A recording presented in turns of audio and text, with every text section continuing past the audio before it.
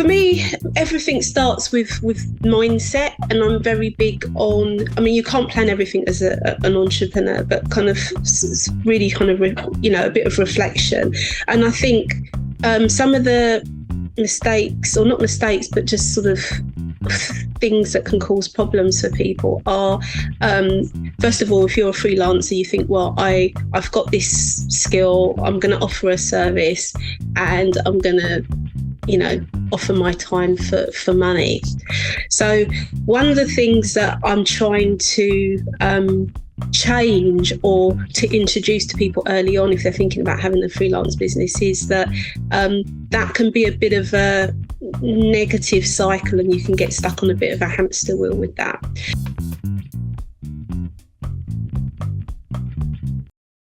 Hello, everyone. Hope you're doing well. Hope you're looking after yourselves. We said the Student Guide was going on a bit of a break, but we are now back. We're back with another episode of the Student Guide, diving into wonderful topics with wonderful guest speakers about wonderful things that are related to yourselves and all the work that you guys do. We as I said, we're slowly approaching our 50th episode, believe it or not, 50 episodes of the Student Guide. Which is really great. We've put out some posts you might have seen. We still had a few changes very quickly, as you can see in the corner over there. Had a bit of a logo change. We're planning to do something special for that 50th episode, so keep an eye out. We'll be reposting that as well.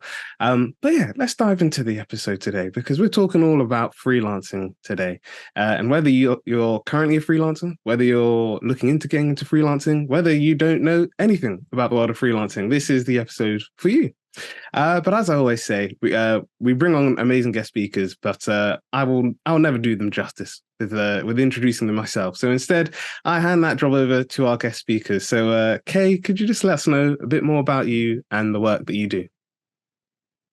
Hi there, Jeffrey. So I'm Kay Kukoyi. I'm the founder of Purposeful Group, and it's a company that offers a range of books, training, sort of mentoring workshops and programs for entrepreneurs and digital learners. So that's what we do. We work with entrepreneurs around the world. Worked with entrepreneurs from 14 different countries so far. I try to do like a really quick kind of drive-by overview. So I've actually got a health science background, and that's what I studied at university, health science and pharmacology. My first job was in sales after I left uni. I then moved into social market research, traveling around the country, running focus groups for people of all types, from sort of businesses and civil servants, journalists, and members of the public. And then I moved into tech, which is kind of I guess I fell in love with tech, and joined the internal IT department and fulfilled lots of different roles. I worked as a business analyst, project manager, and then I decided to freelance or become a consultant. And so rather than being an employee working for an internal department, I was hired by corporate companies to help them to build web and mobile apps. So I was sort of either working in or leading teams that were building sort of multi-million pound digital products. So I had two side hustles at that time. So it was kind of crazy. And that's kind of where I discovered my love of entrepreneurship. I always wanted to be an entrepreneur. Even when I was about 22, my first job, I went and kind of went on a course at the weekend to learn about entrepreneurship. I was like, I know this is going to happen someday. I want to start getting prepared, but I don't know when. I don't know what I want to do, but I want to get ready.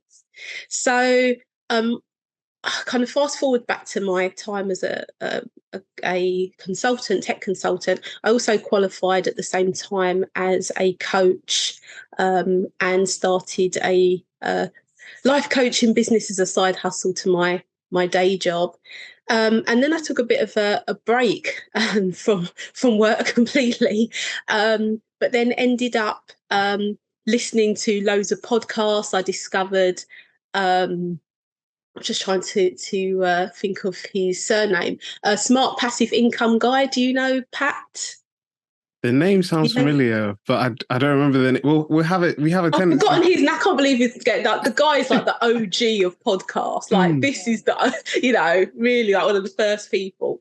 But yeah, he has like a smart passive income podcast, and that kind of got me into more deeply into entrepreneurship. And then I wrote my first book for entrepreneurs, and now I've written 5 books for entrepreneurs. And yeah, that led me to basically people reaching out to me from different parts of the world. I had messages from people from South America, from the USA, saying like, I've read your book. It's awesome. I'm here. It's filled with Post-its on my bedside table. And can you be my mentor? So even from Australia as well, I had people reach out to me to read the book. So that's kind of how Purposeful Group got its first customers. And yeah, I've kind of gone on from there, working with lots of different universities, working with lots of different incubators and accelerators.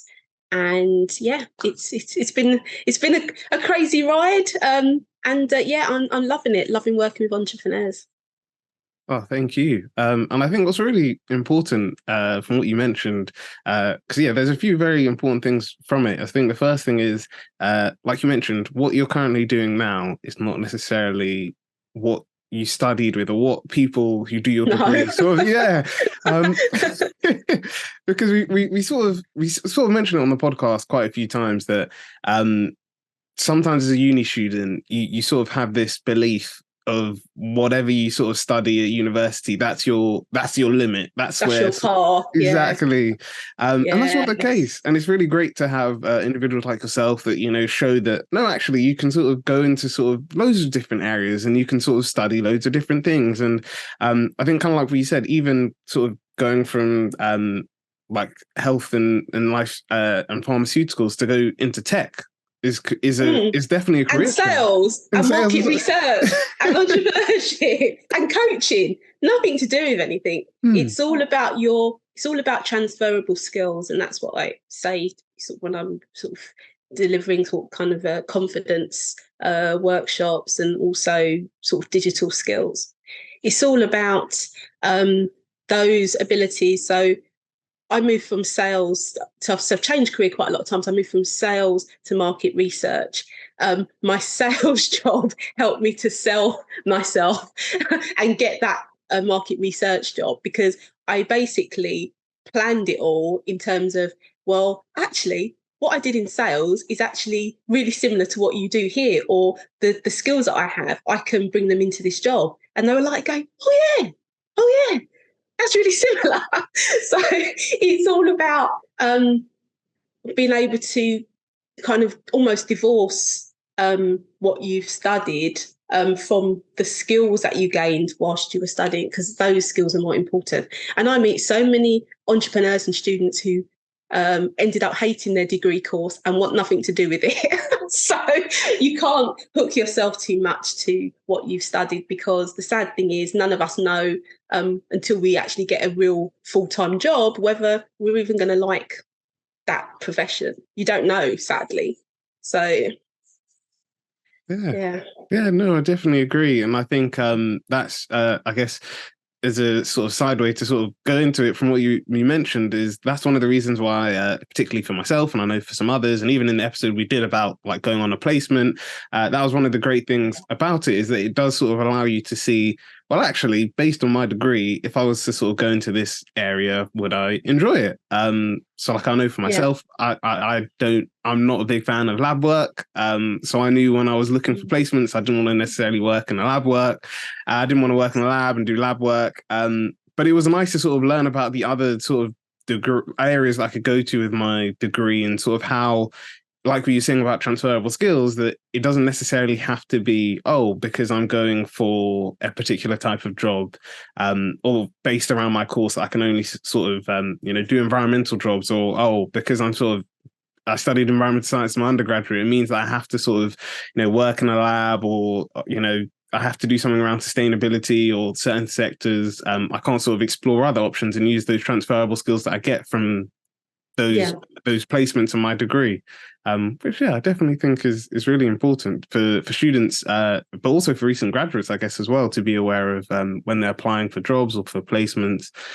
Just be aware of the transferable skills you get from all the different things that you do and how that can sort of help you in future life, because I think, like you mentioned as well, the fact that even you went into sales, you learn about how to sell yourself.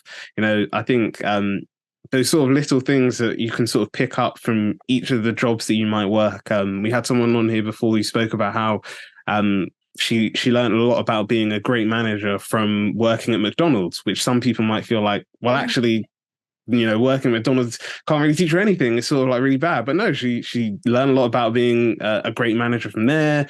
In the role that she's currently in, at an accounting firm, she sort of like used that to sort of help her when she's leading teams on stuff. I think that's the very important thing of there's a way to use all these skills that you've learned from previous things to ensure that you're sort of developing yourself and you keep on growing.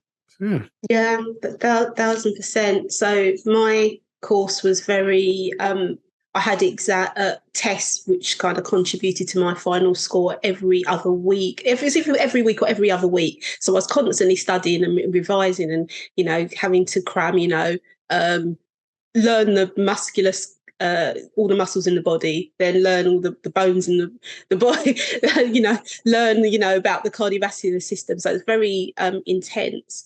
But that ability to process lots of information was really, really useful in tech, in being a business analyst, where you're dealing with lots of technical requirements and all the things that are needed to build a technical product.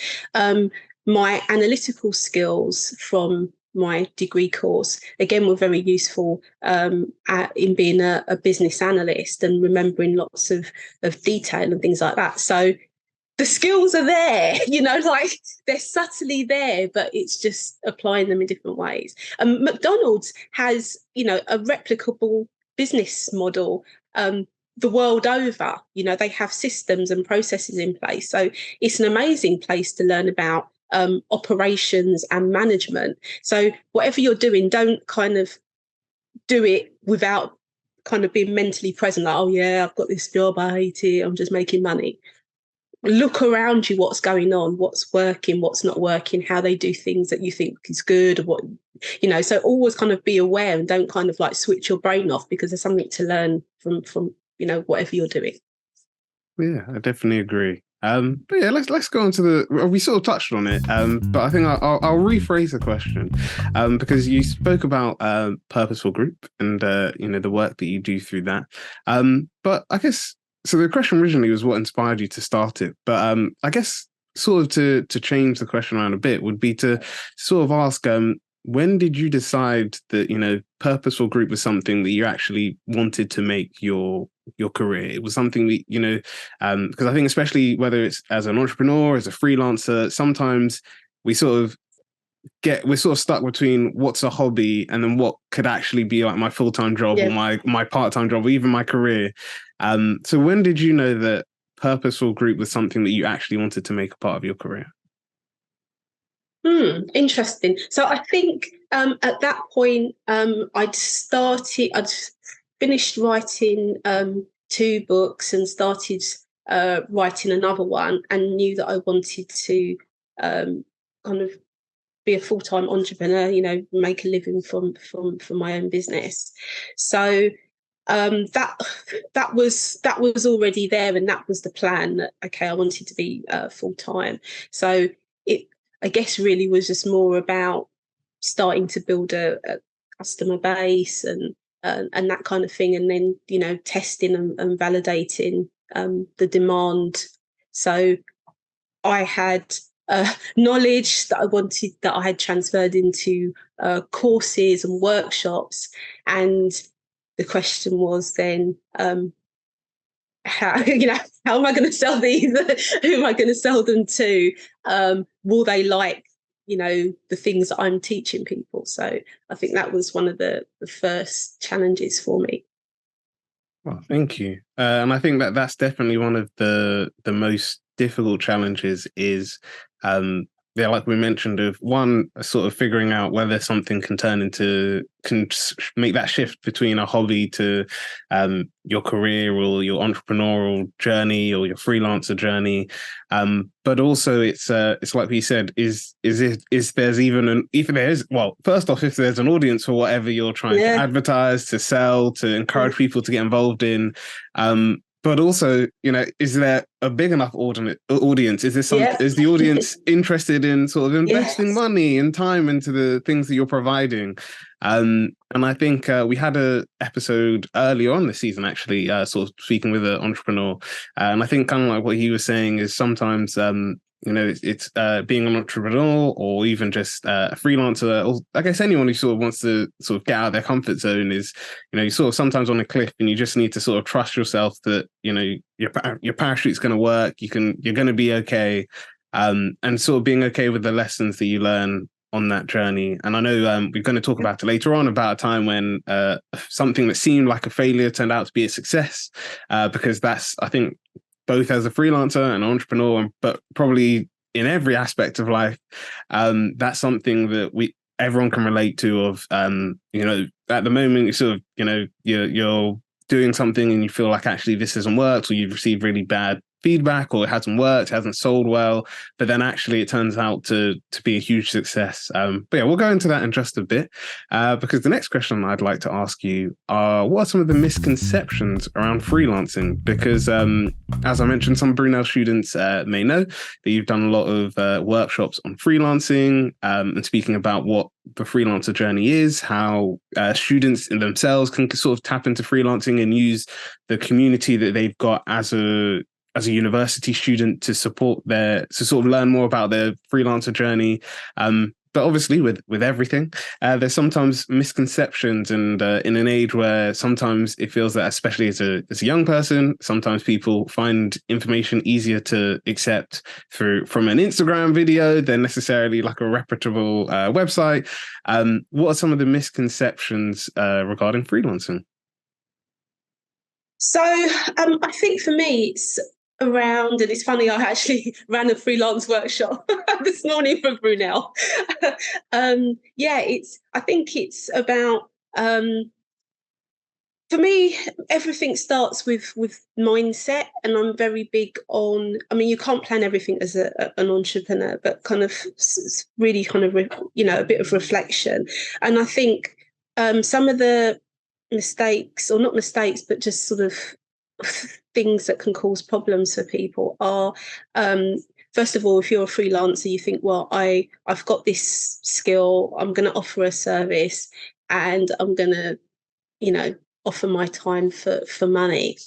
So one of the things that I'm trying to change, or to introduce to people early on if they're thinking about having a freelance business, is that that can be a bit of a negative cycle, and you can get stuck on a bit of a hamster wheel with that. So, for example, you want to sell something and you're going to charge a certain amount of money, say maybe per hour or whatever it is. So often when you're starting, there can be a lot of anxiety around how much to charge anyway. Like, that's a massive thing. How much should I charge? What's the right amount? And all this sort of thing.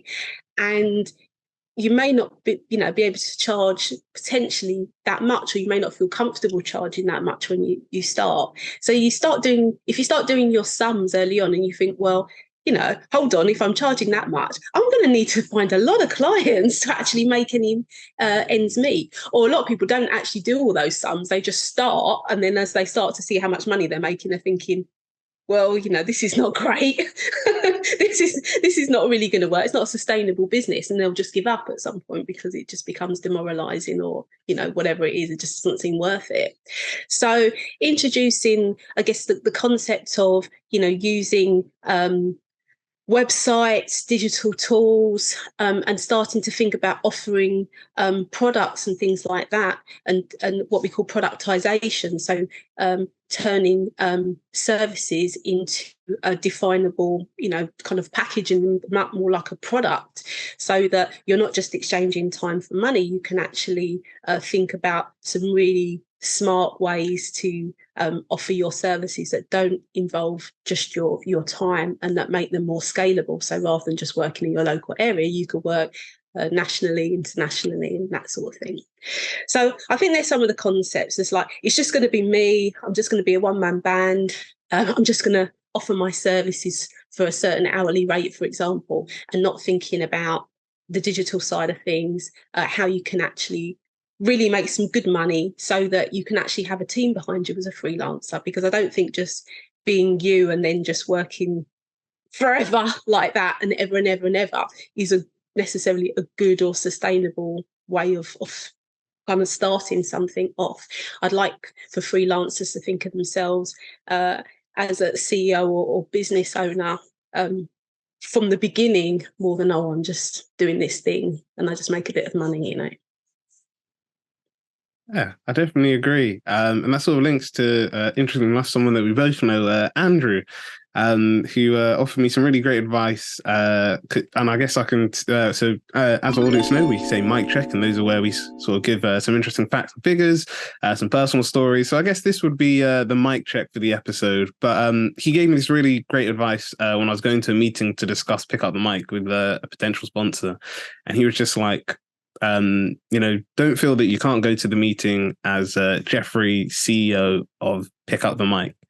And I was just like, I never thought about it that way. And he said, yes, you should sort of have that cap on and walk into it believing in yourself. And I think that's one of the biggest struggles that entrepreneurs and freelancers have, is that sometimes we feel as though we can't put those caps on. We can't sort of think of ourselves as the CEO or the head of the company. We sort of have to wait until, whether it's we build up a team, or we've got, actual accreditation, and we've won awards, and we've run funding, and we're bringing in loads of money. Okay, that's when I'm then, the CEO or the founder, or I'm sort of this other person. But he said, no, just, think about what CEO Jeffrey, how he talks, how he walks, how he dresses, how he speaks in meetings with potential speakers, because he said that person is completely different to Jeffrey who's a student, or Jeffrey who's personal Jeffrey. So he said just think about that, and I think that's definitely true with entrepreneurs and with freelancers, that having on that cap and thinking, well, actually no, I am the head of a company, even if it, like you said at the time, you might not necessarily, that might not be the case. It might just be yourself doing the work, or it might be you and a small team. Put on that cap and think, okay, actually, this is how I'm going to work. And then you'd also be surprised of how, when you do that, because I think from what Andrew was saying, from doing that, the interesting thing is you sort of then see people sort of getting in touch and saying, oh, actually, I'd love to work with you. Or, oh, actually, when you reach out to them and you say, well, actually, I'd love to have you a part of the team, and I'd love you to do this or to do that. They'll be like, oh, yes, definitely, because you sort of acted in that professional manner already. Yeah, for sure. And I think as well, by thinking of yourself as a CEO or business owner, or, leader of your business, however you want to phrase it, it's a different mentality to somebody who's just doing some work for money, because that mentality doesn't kind of allow you to kind of take it very far. But if you think, okay, I'm a CEO, and even though my business is small now, I'm still the visionary of that business, it's encouraging you to get your mindset right ago in terms of, like, where's this business going to be a year, 5 years from now? What do I visualize? How could I take this further? But you can't stop thinking like that because your business won't grow. You just think, oh, well, I'm just doing, a service, and, I'm selling that service. It's a very different mentality. There's a book called The E-Myth. I don't know if you've come across that, The E-Myth by Michael Gerber. No, I haven't. I really like that book.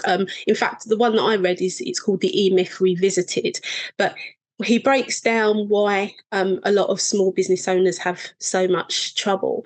And it's because he sees that there's kind of three elements. There's the entrepreneur or the visionary, and then there's the manager, who's kind of managing the operations and activities of the business. And then there's the I think I forgot what he calls it now, the technician, the person who actually does the work. Now, it's quite hard to be all three things, but a lot of small business owners are. So ideally, you want to kind of grow enough so that you can have somebody who's very good at getting the work done, whether that's you, but ideally, you know, in future, you might grow and have other people who are doing those things. The management aspect of it and making sure that the business runs smoothly and all that sort of thing. And then you've got someone who's constantly, thinking about the vision for the business and taking it forward.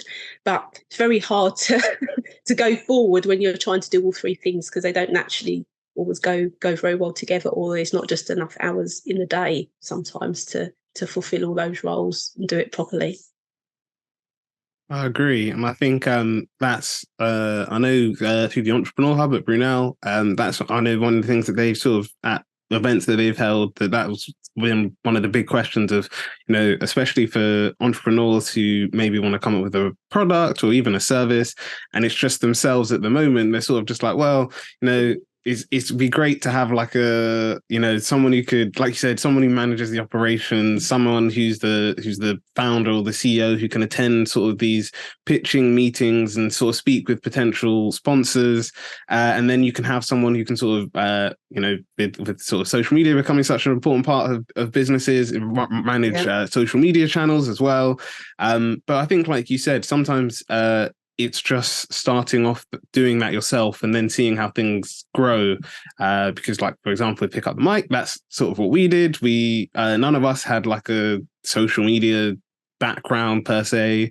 None of us specialized in marketing or things like that. But it was one of the things where we just sort of we tried, we did it ourselves, and then as we sort of grown and we've had some people get in touch, then they've wanted to host some podcast episodes, they wanted to manage our social media channels. Then we said, yeah, that's perfect. Get in touch and we'll sort things out. And I think one last thing to mention on this would be also, I know it was mentioned at different sort of entrepreneurial events that I've been to, was sometimes, depending on how far along on the journey you are, or if there's a way for you to sort of collaborate with your current, well, if you're at university, or if you're alumni, maybe other universities, but sort of having interns or placement students. I know that's, people sort of sometimes think that they can't sort of use those opportunities. But actually, from the student perspective, as well as yourself, obviously for yourself, it means you can sort of give someone some work to do. You're sort of putting pressure off yourself. But as the student, it gives you a lot of opportunities to develop and learn. So I know that there's been some companies that have been in touch with Brunel, a few people that I know, and they've been sort of offering students more of an opportunity to learn about sort of different field within their sort of small business. So whether that's they're a medical business and they can learn about sort of the regulatory operations part of it, but they can also learn about the marketing, and they can learn about like the operations and things like that, where in a bigger company it would be a lot harder, or even if you were able to do it, it wouldn't necessarily be your whole placement or your whole internship. It might just be maybe a few days here, maybe a week, where actually with a smaller business you actually be able to sort of see the day-to-day operations, and sort of, like you were saying before, Kay, about like learning new skills. You'll be able to do that as well. Definitely would recommend that to anyone sort of interested. Feel free to. Sometimes even if you just email the organization and say you're interested, sometimes they'll be able to let you know if it's something that they can currently sort of facilitate, or if this is something that they're looking into facilitating. Always just go out and check and see. Yeah, I agree. 1,000%. It's great for any student entrepreneurs who want to get some help, but also for people just to learn a bit more about themselves. The other thing is you're likely to get a lot more kind of freedom potentially working with a smaller company. And it's a good opportunity to test yourself as well and to see what you're capable of. And that's whether that's a lot or not as much as you thought. It's still a very important piece of learning. And then, don't forget to reflect on that and think, well, okay, based on what I've learned, what would I do differently, in my next job, or what do I need to work on, or, what have I learned about myself that I can, use to help me in the future. Definitely, I definitely agree. But yeah, let's go on to the next question, which is sort of happened out of the blue. But as a part of this new season, we've sort of been asking our guest speakers if they could give us a time when a failure or a setback turned into a success. If you've got one regarding freelancing or entrepreneurial journeys, Kay, we'd love to hear it. This one, I've just been really thinking about it, but I'm not really sure what I would pick out as an example. I mean, even just sort of thinking about technology and building products and things like that. I mean, there are always challenges. You will undoubtedly come up against some sort of problems when you're building a product. And I think one of the biggest skills that anyone can learn that's very useful in life is problem solving. So if you hit a problem, just being very good at finding different solutions and different options and different ways around it. And that's something that I think I really learned from the tech world. And when you hit a problem, really working as part of a team, kind of really brainstorming about the different solutions that you could come up with, and then trying to find some kind of way around that. And I think that again is like an invaluable skill. I definitely agree. I think especially because for a lot of students, they might not necessarily, even graduates, they might not necessarily be in positions where they've had to deal with a lot of like problem solving, or even when they're sort of thinking about it, they're not thinking, oh, well, actually, I did have to problem solve with this thing. I think it is really nice because it's a good opportunity for, like you were saying, for students or recent graduates or for whoever to sort of learn about new things, not only about, I guess, whether they're sort of designing a product or the business, but it's also a nice way to learn about yourself and how how far, like you were saying before, about how far you can go. You learn more about your skills, the knowledge that you've got. Because like you said, with technology, I know through doing the podcast for 2 years, well, for over 2 years now. We've had our fair share of trying to use technology and setting up Zoom calls, and then people not being able to join, and issues with microphones and things like that. I think it's really important to know that there are problems do occur, whether it's with your professional career, your personal life, but being able to problem solve is really a key skill that, regardless of whatever you're studying, wherever you are in your career, is so valuable to have.